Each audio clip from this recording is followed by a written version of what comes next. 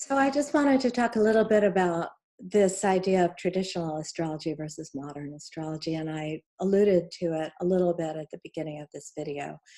And I'm sure I'll be talking more about this, but um, I have a tremendous amount of respect for the astrologers that started translating these ancient texts back in the 1990s when Pluto was in Sagittarius.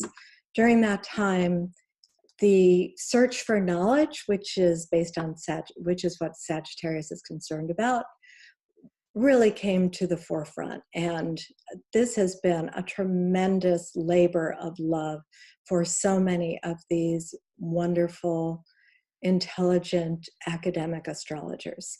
And it's fantastic to have these texts available to us now. Many of them are just available on the internet, and you can download them for free. What I have a problem with is this idea that ancient techniques are somehow the key to successful astrological practice in the 21st century. I think we have all seen that human life has changed so much, especially over the last 300 years or so. The outer planets were discovered beginning at the end of the 18th century. And I guess that's 200 years.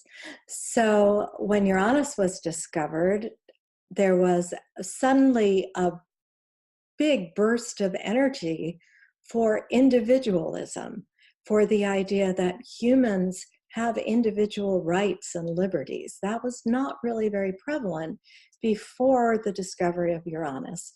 And those are some of the traits that we associate with Uranus, this idea of personal freedom, personal liberation. There wasn't really such a strong idea before the 1800s that humans had their own experience of the divine. Before then, it was religion was important. What was your religion? Did you follow the tenets of the church? Then we have the discovery of Neptune, and suddenly we have seances and spiritualism and channeled information from Alice Bailey and Helena Blavatsky. And not that I'm promoting that, but just the idea that people have their own experiences of spirituality. That was very new. Then Pluto was discovered, and we have the field of psychology, we have the atomic bomb, we have, probably one of the more destructive centuries in our history. So all of these are modern astrological qualities that did not exist in the past.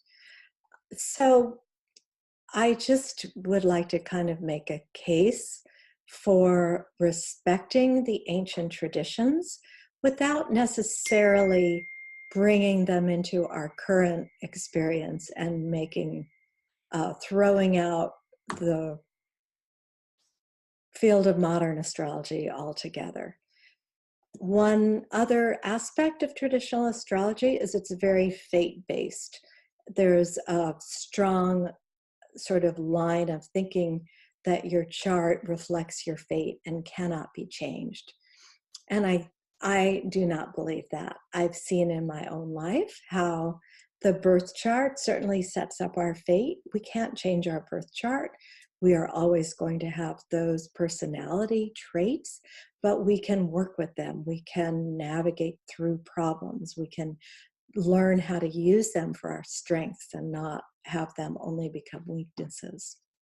So I think that's the end of my rant for today. Thank you so much for joining me, and I'll look forward to seeing you next week.